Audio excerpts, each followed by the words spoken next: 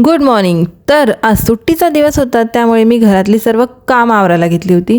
तर ह्या डाळी मम्मीने आणल्या होत्या, त्या मी उन्हामध्ये चांगल्या आधी वाळवून घेतल्या आणि नंतर संध्याकाळी त्यांना बोरिक पावडर लावून डब्यामध्ये भरून घेतले।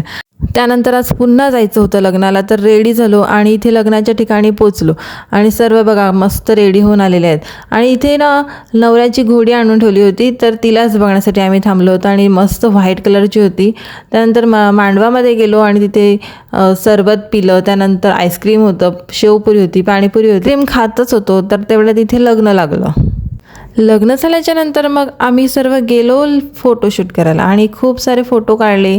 त्यानंतर पुन्हा गेलो जेवणासाठी आणि जेवणामध्ये पण खूप व्हरायटीज होत्या। मला तर जास्त करून आमरसच आवडलेला आणि मी तोच जास्त खात होते, टेस्टी एकदम होता।